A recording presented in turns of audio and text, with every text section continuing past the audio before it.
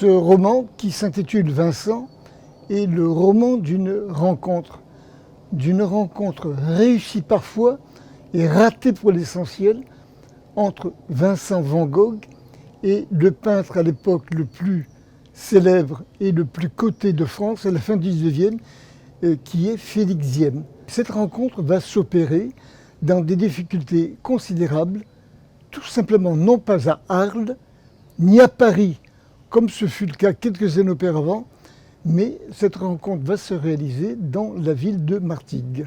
Paris a déjà été le théâtre d'une rencontre préliminaire, première, entre Diem et Vincent van Gogh. Ils vivaient l'un et l'autre rue Le Pic à Montmartre, et ils étaient voisins de quelques immeubles. Et Van Gogh est habité par un projet qui le taquine depuis des mois et des mois.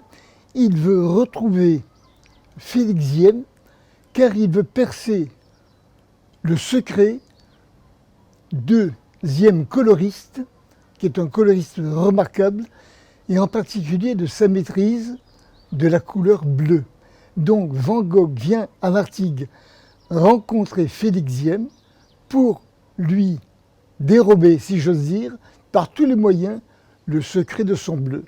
Est-ce que Martigues est un personnage de ce roman ? Martigues est un personnage essentiel du roman, dans la mesure où, à la fin du XIXe, c'est un fait très connu, Martigues était visité par des peintres par dizaines.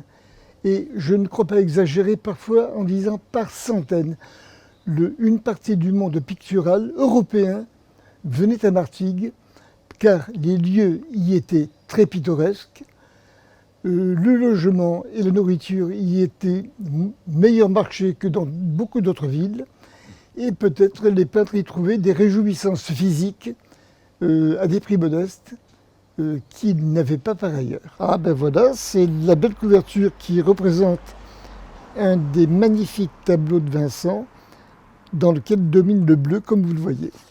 Là, c'est un autoportrait de Vincent van Gogh. Voilà. Et la préface qui a été rédigée par mon ami Bernard Fauconnier. La préface s'intitule tout simplement « Vers le bleu ». Le roman se nomme Vincent. Vincent, pourquoi Vincent van Gogh? Il est disponible dans toutes les bonnes librairies, comme l'on dit désormais, et il est édité dans les éditions Feedback.